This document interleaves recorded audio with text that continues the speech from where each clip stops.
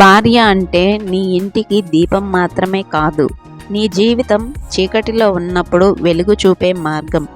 ఆ నగలకు ఇచ్చే విలువ ఆమె నవ్వుకు ఇచ్చి చూడు, స్వర్గం నీ ఇంట్లోనే ఉంటుంది. ఆస్తిపాస్తులు ఎప్పుడైనా సంపాదించుకోవచ్చు, కానీ వెళ్ళిపోయిన కాలం, విడిపోయిన బంధం మళ్ళీ తిరిగి రావు.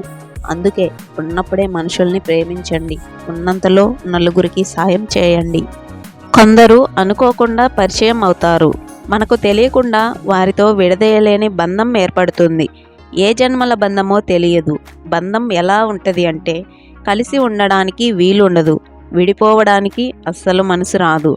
చనువు ఎక్కువైతే చులకన తప్పదు, దగ్గర ఎక్కువైతే దూరం తప్పదు, నమ్మకం ఎక్కువైతే ద్రోహం తప్పదు, ప్రేమ ఎక్కువైతే బాధ తప్పదు, ఆశ ఎక్కువైతే దుఃఖం తప్పదు. అందం కంటికి ఆనందం ఇస్తుంది, గుణం మనిషికి గౌరవం ఇస్తుంది. నిజం చెప్పడం వల్ల ఒక బంధం దూరం అయితే అది నిజమైన బంధం కాదని అర్థం. తప్పుని వెతకడం సులభం, కానీ దాన్ని సరిదిద్దుకోవడం చాలా కష్టం.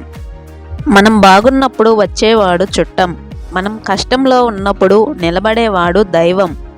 సంపాదన ఇంటి గడప దాటకూడదు, సమస్య గడప లోపలికి రాకూడదు. మాట ఇచ్చే ముందు మనిషిని చూడు, మాట ఇచ్చాక మరణాన్ని కూడా లెక్క చేయకు.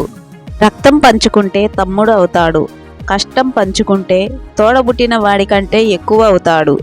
తండ్రి వేసే అడుగు కొడుక్కి దారి చూపాలి, కానీ వాడి దారికి అడ్డుపడకూడదు.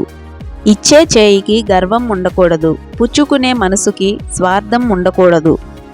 యుద్ధం బయట కాదు, ఇంట్లో మొదలవుతుంది. గెలిస్తే కుటుంబం నిలబడుతుంది, ఓడితే బతుకు చిత్రమవుతుంది.